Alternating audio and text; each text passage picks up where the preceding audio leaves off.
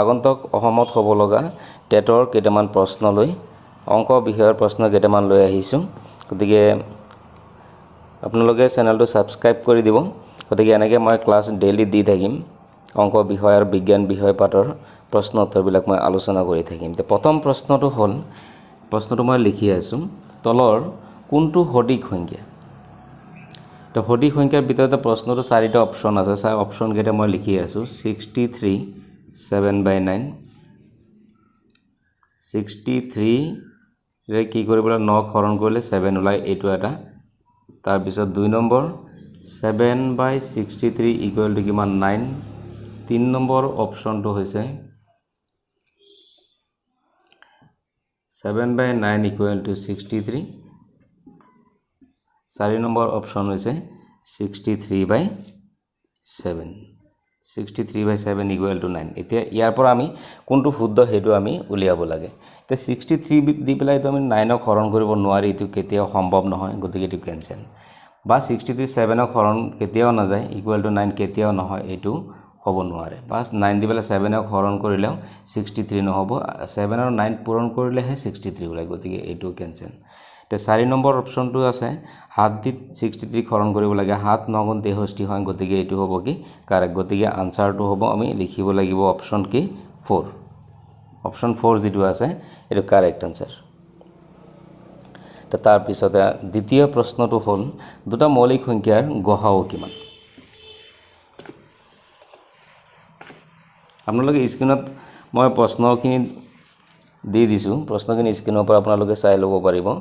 স্ক্ৰীনত প্ৰথম ইয়াত কৈ আছে, এতিয়া দ্বিতীয় প্ৰশ্নটো হ'ল যে দুটা মৌলিক সংখ্যাৰ গসাউ। 2 নম্বৰ প্ৰশ্ন, দুটা মৌলিক সংখ্যাৰ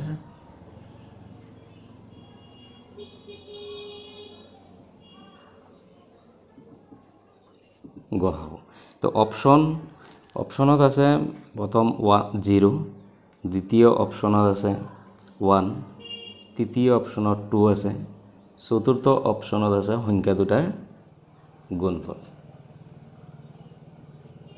সংখ্যা দুটাৰ গুণফল।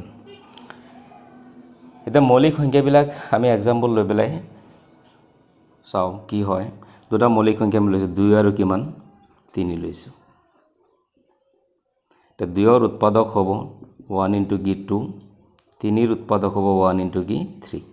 এতিয়া সাধাৰণ উৎপাদক যদি আমি ল'ব বিচাৰোঁ, দুটা গসাউ যদি ল'ব বিচাৰোঁ, তেতিয়া গসাউ মানে হৈছে মিল থকাৰ ভিতৰত অমিল এটাও নহয়। গতিকে ইয়াতে 1 মিল আছে, গতিকে 1 আমি এটা ল'ব লাগিব। গতিকে দুটা সংখ্যাৰ পৰা, দুটা মৌলিক সংখ্যাৰ পৰা আমি গসাউটো কিমান পাইছোঁ, 1 পাইছোঁ। যিকোনো সংখ্যা বেলেগ সংখ্যাও লৈ চাব পাৰি, 5 আৰু 7, 5 আৰু 7 এইটো আমি লৈ চাব পাৰি, 1 × 5 আৰু এটা 1 × 7। গতিকে 1 মিল আছে, এইটোৰ গসাউ কি হ'ব? গতিকে ইয়াৰ পৰা আমি এটা বস্তু বুজি পালোঁ যে দুটা মৌলিক সংখ্যাৰ গসাউ সদায় কিমান হ'ব, 1 হ'ব। গতিকে এইটোৰ কাৰেক্ট আনচাৰ কি হ'ব, 1। বাকীকেইটা ৰং আনচাৰ। তাৰপিছত 3 নম্বৰ প্ৰশ্নটো মই আলোচনা কৰি আছোঁ।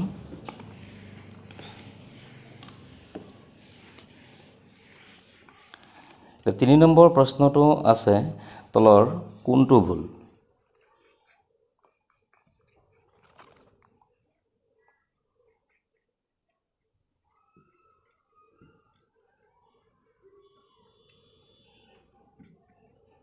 তলৰ কোনটো ভুল?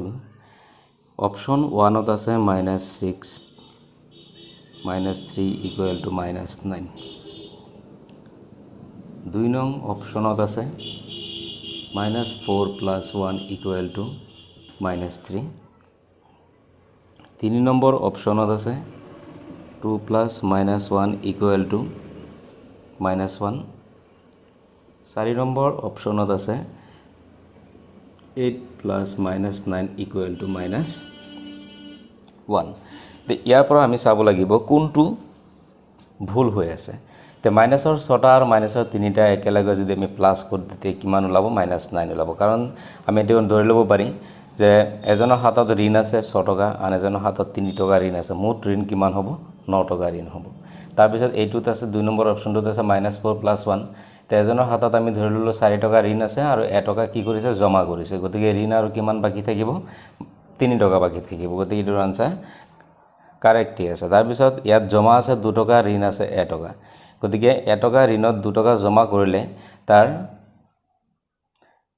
2 টকাৰ পৰা 1 টকা ঋণ কৰিলে গতিকে তাৰ হাতত জমা কিমান থাকিব 1 টকা থাকিব গতিকে এইটো ঋণ নহয় জমাহে হ'ব লাগে গতিকে এইটো কি হৈ আছে ভুল হৈ আছে আৰু এইটো 8 টকা জমা হৈ আছে 9 টকা ঋণ হৈ আছে 9 টকা ঋণত 8 টকা দি দিলে আৰু 1 টকা ঋণ বাকি ৰৈ যাব গতিকে ভুলটো হৈছে 3 নম্বৰ অপচনটো 2 + -1 = -1 গতিকে এইটো কাৰেক্ট আনসাৰটো হ'ব 3 নম্বৰটো ইয়াত কোৱা হৈছে যে তলৰ কোনটো ভুল আমি ভুলটোহে উলিয়াব লাগে গতিকে কাৰেক্ট আনসাৰ 3 নম্বৰটো তাৰপিছত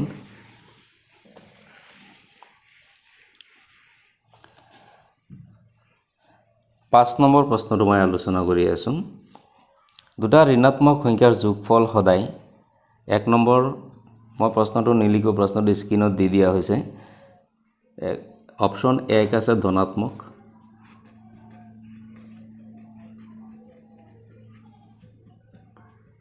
2 নম্বৰ ঋণাত্মক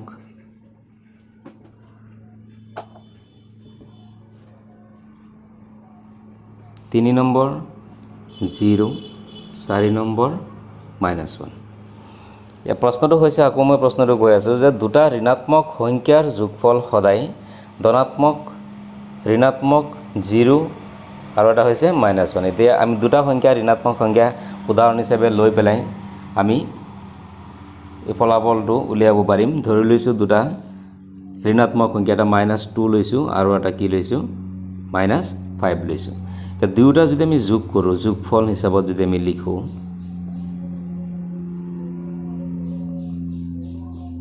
-2 প্লাস -5 এইকেইটা যোগ কৰিলে আমি -2 টকা ঋণ আৰু 5 টকা ঋণ 2 টকা ঋণৰ লগত 5 টকা ঋণ যদি হয় তেতিয়া কিমান টকা ঋণ হ'ব 7 টকা ঋণ হ'ব গতিকে এইটোত মাইনাস হিচাপে ঋণটো ৰৈ যাব গতিকে এইটোৰ মানটো কি হ'ব যোগফলটো সদায় কি হ'ব ঋণাত্মক হ'ব গতিকে কাৰেক্ট আনসাৰ হৈছে 2 প্ৰথমটো ধনাত্মক আছে তাৰ পিছত 0 তাৰ পিছত কি আছে মাইনাস গতে বাকিখিনি হৈছে ভুল আছে তাৰ পিছত মই 6 নম্বৰ প্ৰশ্নটো আলোচনা কৰি আছো যে 10ক কেইবাৰ পূৰণ কৰিলে 1 কোটি হ'ব 10ৰ লগত আমি কিমান বাৰ 10 পূৰণ কৰিলে আমি 1 কোটি পাম তো 10ৰ লগত অপচন আছে ইয়াতে 6 আছে 1 নম্বৰ অপচনটো আছে 2 নম্বৰ 7 আছে 3 নম্বৰ 5 আছে 4 নম্বৰ অপচনটো আছে 4 প্ৰশ্নটো মই আকৌ এবাৰ কৈছো 10ক কেইবাৰ পূৰণ কৰিলে 1 কোটি হ'ব এটা 10ৰ লগত আমি কিমান পূৰণ কৰিলে 1 কোটি হ'ব ইয়াত 7টা শূন্য যদি আমি বহাই দিও 10ৰ লগতে 10 to the power 7টা শূন্য তেনেকৈ আমি লিখি দিম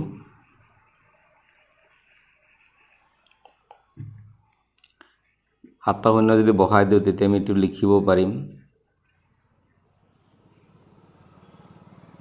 একক দশক শতক হাজাৰ অযুত লাখ নিযুত কোটি যদি ইয়াতে আমি মই ডাইৰেক্ট বহাই দি দিছো 7 বাৰ শূন্য বহালে আমি কি কৰিব পাৰিম 1 কোটিলৈ ৰূপান্তৰ কৰিব পাৰিম সবাৰ পূৰণ কৰিলে 1 কোটি নহবগে 10 লাখ হৈ যাবগে গতিকে আমি এটা বস্তু জানি ৰাখিব লাগিব যে 1 কোটিত শূন্য কেইটা থাকে 7টা শূন্য থাকে গতিকে কাৰেক্ট আনসাৰ কি হ'ব 7 আচ্ছা ইয়াৰ পিছতে 7 নম্বৰ প্ৰশ্নটো আলোচনা কৰি আছো সহমৌলিক সংখ্যাৰ সাধাৰণ উৎপাদক সহমৌলিক সংখ্যাৰ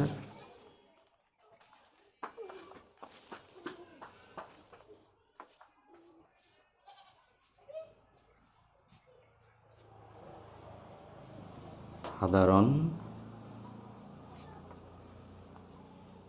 উৎপাদক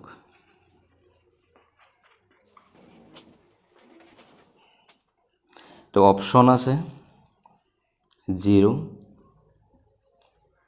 2 নম্বৰ 1 3 নম্বৰ অপশন আছে 2 আৰু 4 নম্বৰ অপশ্যনটো আছে সিহঁতৰ গুণফল।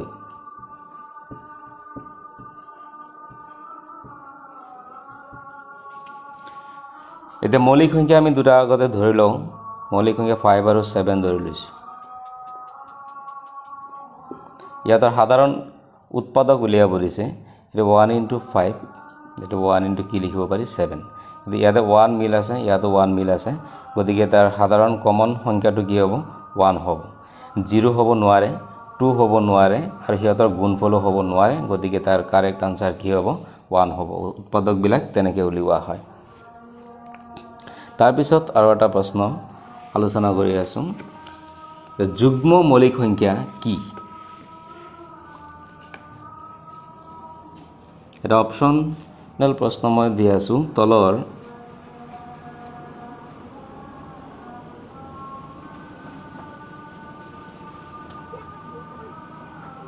তলৰ কোনযোৰ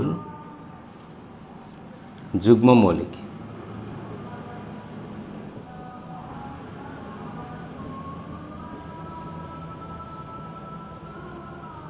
অপশ্যন 1 37 আৰু 41। 7 আৰু 11, 11 আৰু 13, 2 আৰু 9। এতিয়া যুগ্ম মৌলিক মানে কি সেইটো আমি আগতে জানিব লাগিব। যুগ্ম মৌলিক হ'ল যে দুটা মৌলিক সংখ্যাৰ মাজৰ পাৰ্থক্য সদায় কিমান হ'ব লাগিব 2 হ'ব লাগিব।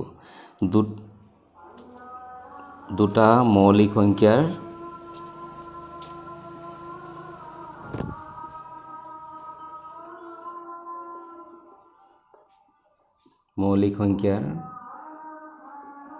মাজৰ পাৰ্থক্য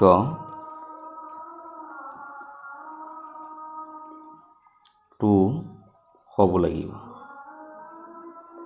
এটো হৈছে যুগ্ম মৌলিক সংখ্যা। এতিয়া আমি চাব লাগিব চাৰিটা অপশ্যনত সিহঁতৰ মাজৰ পাৰ্থক্য কৰবাত 2 আছে নেকি। এতিয়া 37 আৰু 41ৰ মাজৰ পাৰ্থক্য কিমান হ'ব? এইটোৰ পাৰ্থক্য কিমান আছে? প্ৰথমটোৰ পাৰ্থক্য আছে 4 আছে। তাৰ পিছৰ পাৰ্থক্যটো 11 পৰা 7 গ'লে কিমান থাকিব? 5 থাকিব। 11 পৰা 7 গ'লেও 4 থাকিব। তাৰপিছত 13 পৰা 11 গ'লে 2 থাকিব। 9 পৰা 9, এইটো মৌলিক সংখ্যা, 9টো মৌলিক সংখ্যা নহয়, গতিকে এইটো নহ'ব নোৱাৰে। গতিকে 13ৰ পৰা 11 মাইনাছ কৰি আমি কি পাইছোঁ? আমি 2 পাইছোঁ। গতিকে যুগ্ম মৌলিকত আমি কি পাইছিলোঁ যে দুয়োটা সংখ্যাৰ মাজৰ মৌলিক সংখ্যা দুয়োটাৰ মাজৰ পাৰ্থক্য সদায় কি হ'ব লাগে 2 হ'ব লাগে। গতিকে এইটোৰ কাৰেক্ট আনসাৰটো কি হ'ব 11 আৰু কি 13। একেবাৰে চিম্পল। এই চৰ্তটো আমি ভালদৰে মনত ৰাখিলেই হ'ল যে যুগ্ম মৌলিকৰ মূল কাৰণটো যিটো বৈশিষ্ট্য যিটো আছে, তাৰ চৰ্ত যিটো আছে, দুটা মৌলিক সংখ্যাৰ মাজৰ পাৰ্থক্য 2 হ'ব লাগিব। এইটো আমি জানি ৰাখিলে মৌলিক সংখ্যা যি ডাঙৰ সংখ্যাই নহওক কিয় আমি মাজৰ পাৰ্থক্য যদি য'ত আমি 2 হিচাপে পাই যাম সেইটোৱে হ'ব কি যুগ্ম মৌলিক সংখ্যা।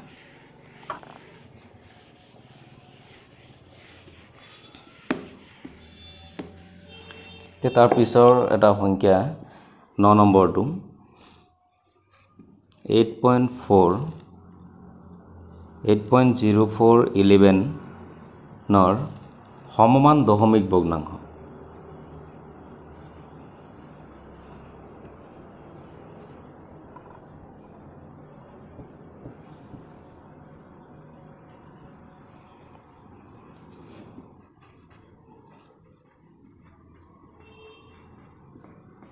সমমান দশমিক ভগ্নাংশ। Option A 8.0411, option 2 8.00411, option 3 0.8401, option 4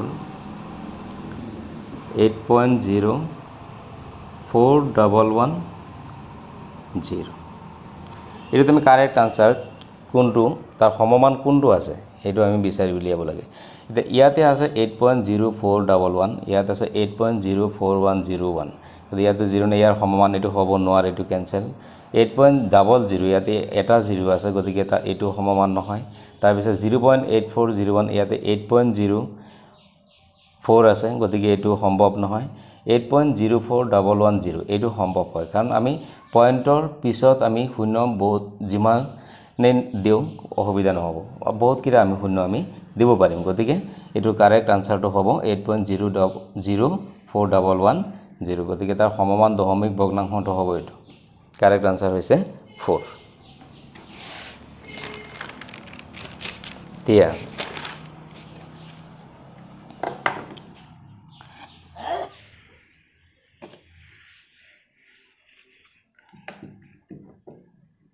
তাৰ পিছত 10 নম্বৰ প্ৰশ্নটো আলোচনা কৰি আছো 77 78 এটো চাৰিটা অপচন আছে 77.78 780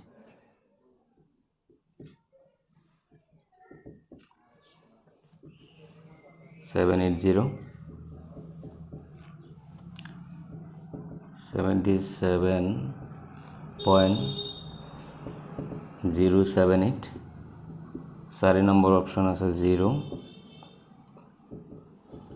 777.8 যদি ওপৰৰ সংখ্যাটো আমি ইয়াতে মিলাই চাও এটো সমষ্টি হিচাপত আমি তেনেকৈ লিখিব পাৰি তলত কিমান আছে 1000 আছে কিন্তু ওপৰ এটো এনেকৈ আমি পাতি ল'ব পাৰি ওপৰ ইয়াতে শূন্য কেইটা আছে তিনিটা শূন্য আছে গতিকে ওপৰৰ সংখ্যাটোত আমি 3 গৰ আগত সংখ্যাটো লৈ পেলাই 3 গৰ আগত কি কৰিব লাগিব দশমিক দিব লাগিব এতিয়া এটো লগত গোটা সংখ্যাটো 77 আৰু 0 আছে 77 লগত 0 প্লাস কৰিলে 77 হ'ব 0.078 এটো আমি এনেকৈ উলিয়াই দিব পাৰি গতিকে ইয়াতে আমি চাব লাগিব এটোৰ লগত কোনটো মিলিছে ইয়াত 3 নম্বৰটো মিলিছে বাকি কেইটা ভুল হৈ আছে গতিকে 3 নম্বৰ আনসাৰটো কাৰেক্ট তাৰ পিছতে 11 নম্বৰ প্ৰশ্নটো ত্ৰিভুজৰ দীৰ্ঘতম বাহুৰ সন্মুখৰ কোণটো সদায় ত্ৰিভুজৰ মই প্ৰশ্নটো আকৌ এবাৰ পঢ়িছো ত্ৰিভুজৰ দীৰ্ঘতম বাহুৰ সন্মুখৰ কোণটো সদায় বৃহৎ সূক্ষ্ম 90 ডিগ্ৰী 90 ডিগ্ৰীতকৈ সৰু এতিয়া সমকোণী ত্ৰিভুজৰ ক্ষেত্ৰত যদি আমি ধৰো তাৰ বৃহৎ বাহুটো হৈছে কোণটো এ বি সি या বৃহৎ বাহুটো হৈছে এসি তে তাৰ বৃহৎ বাহুৰ যেটো অপোজিট যেটো কোণ আছে সেই কোণটো সদায় কিমান ডিগ্ৰী হ'ব 90 ডিগ্ৰী হ'ব বা আমি বৃহৎ বুলি আমি ক'ব পাৰি এটো 90 ডিগ্ৰী নহয় বলে আমি ডাইৰেক্ট বৃহৎ বুলি ক'ব পাৰি এটোৰ অপচন আছে বৃহৎ সূক্ষ্ম 90 ডিগ্ৰী আৰু 90 ডিগ্ৰীতকৈ সৰু গতিকে আনসাৰটো হ'ব প্ৰথমটো বৃহৎ দে মই লিখা নাই মুখ্য হিচাপত মই কৈ দি দিছো তাৰ পিছত 32 লগত কিমান পূৰণ কৰিলে এটা পূৰ্ণ গণ হ'ব আৰু অপচন কেইটা আছে 1 2 3 4 তো 32 সংখ্যাটো হৈছে 32 ইয়াৰ লগত কিমান পূৰণ কৰিলে আমি পূৰ্ণ গণলৈ ৰূপান্তৰ কৰিব পাৰিম এই 32ক আমি হৰণ কৰিলো 16 বাৰ যাব 2 8 বাৰ যাব 2 4 বাৰ যাব 2 4 কেইবাৰ যাব 2 বাৰ যাব ইয়াত আমি শূন্য কেইটা পাইছো 5টা শূন্য পাইছো ঘন মানে হল তিনিটা কি কৰিব লাগে বাছনি কৰিব লাগে তাৰ মূল সংখ্যাটো তিনিটাৰ পৰা আমি এটা ল'ব লাগে পূৰ্ণ গণ হ'বলৈ হলে তিনি যিকোনো সংখ্যা সেম সংখ্যাটো কি হ'ব লাগিব তিনিবাৰ হ'ব লাগিব কিন্তু ইয়াত আমি 2 ইপিনে তিনিবাৰ এটা পাৰ্ট কৰিছো আৰু ইপিনে দুটা 2 আছে গতিকে ইয়াত তিনিটা হ'বলৈ আৰু কেইটা 2ৰ দৰকাৰ আছে এটা 2ৰ দৰকাৰ আছে গতিকে আৰু এটা 2 পূৰণ কৰিলে ই এটা পূৰ্ণ গণলৈ গুচি যাব অৰ্থাৎ 32 ৰ লগত 2 পূৰণ কৰিলে কিমান হ'ব 64 64 ৰ পূৰ্ণ গণ সংখ্যাটো আমি পাম এই তিনিটা 2ৰ পৰা এটা 2 ললে 2 লওঁ আৰু ইয়াৰ পৰা যদি এটা 2 লওঁ 2 দুগুণে কিমান হ'ব 4 হ'ব অৰ্থাৎ এটোৰ পূৰ্ণ গণ কিমান হ'ব 4 হ'ব গতিকে পূৰ্ণ গণমূল তাৰ মানে এই গণমূলটো কিমান হ'ব 4 হ'ব আৰু আমাক কৈছে পূৰ্ণ গণ সংখ্যা কি সংখ্যাৰে পূৰণ কৰিলে এটা পূৰ্ণ গণ সংখ্যা পোৱা যাব গতিকে 2 এটা পূৰণ কৰিলে 32 ৰ লগতে আমি এটা পূৰ্ণ গণ সংখ্যা পাম গতিকে কাৰেক্ট আনসাৰ কি হ'ব 2 হ'ব তাৰপিছত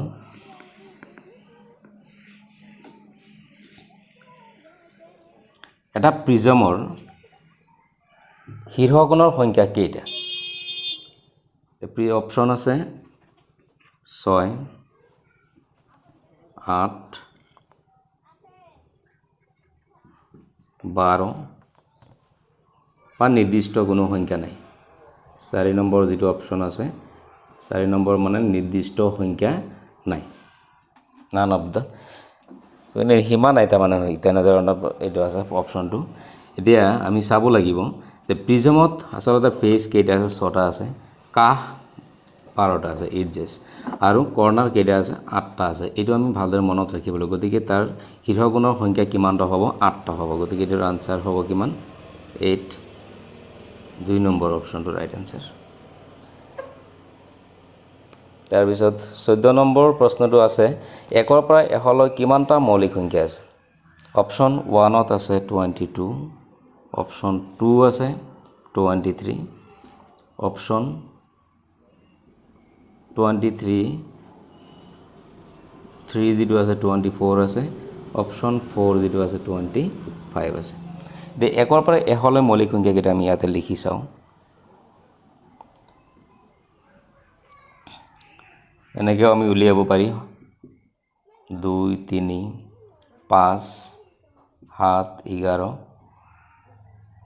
13 17 19 23 29 31 37 41 43 47 53 59 61 67 71 73 79 83 89 97 1 2 3 4 5 6 7 8 9 10 11 12 13 14 15 16 17 18 19 20 21 22 23 24 25 টোটাল কিমানটা আছে 25টা আছে দেখো কারেক্ট আনসারটো কিমান হ'ব 25 হ'ব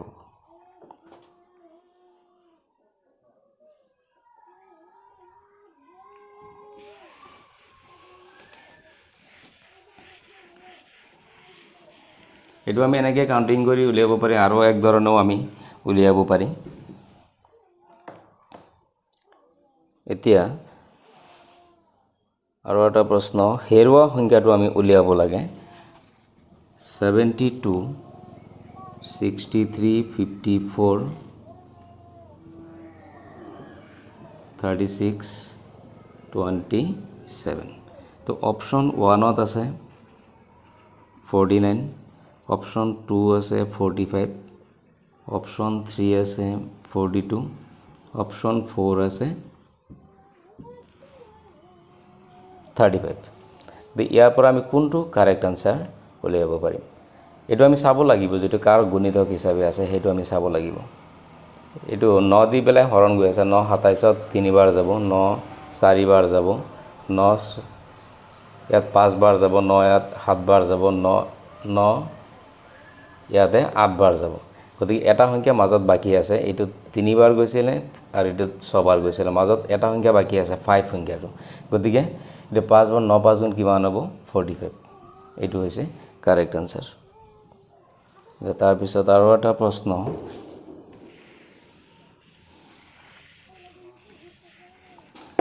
20টা আমৰ দাম 300 টকা হলে আধা ডজনৰ দাম কিমান হ'ব আকৌ প্ৰশ্নটো পঢ়িছো 20টা আমৰ দাম যদি 300 টকা হয় তেতিয়া আধা ডজনৰ দাম কিমান হ'ব এটা অপচনত দিয়া আছে 1 নম্বৰ অপচনত 50 টকা দিয়া আছে 2 নম্বৰ অপচনত 30 টকা দিয়া আছে 3 নম্বৰ অপচনত দিয়া আছে 10 টকা 4 নম্বৰ অপচনত দিয়া আছে 90 টকা দিয়া আছে গতিকে ইয়াত প্ৰশ্নটোত কৈছে যে 20টা আমৰ দাম 20টা আমৰ দাম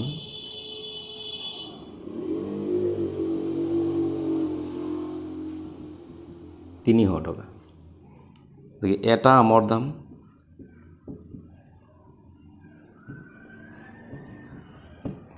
কেনচেল 2 15 টকা এটা আমৰ দাম 15 টকা হয় এতিয়া আমাক কৈছে যে আধা ডজনৰ দাম এক ডজনত হয় 12টা এক ডজন 12টা থাকে তেতিয়া আধা ডজনত কিমানটা হ'ব 6টা হ'ব গতিকে 6টাৰ দাম 6টা আমৰ দাম 15 লগত 6 পূৰণ কৰি দিলে হৈ যাব 90 গতিকে 6টা বা আধা ডজন আমৰ দাম কিমান হ'ব 90 টকা এটো কাৰেক্ট আনসাৰটো হ'ব 90 গতিকে আজিলৈ ইমানতে থাকক নেক্সট ক্লাছতে আৰু কিছুমান অংক মই লৈ আহিম যদি ক্লাছ কৰি ভাল লাগিছে চেনেলটো সাবস্ক্ৰাইব কৰি দিব ধন্যবাদ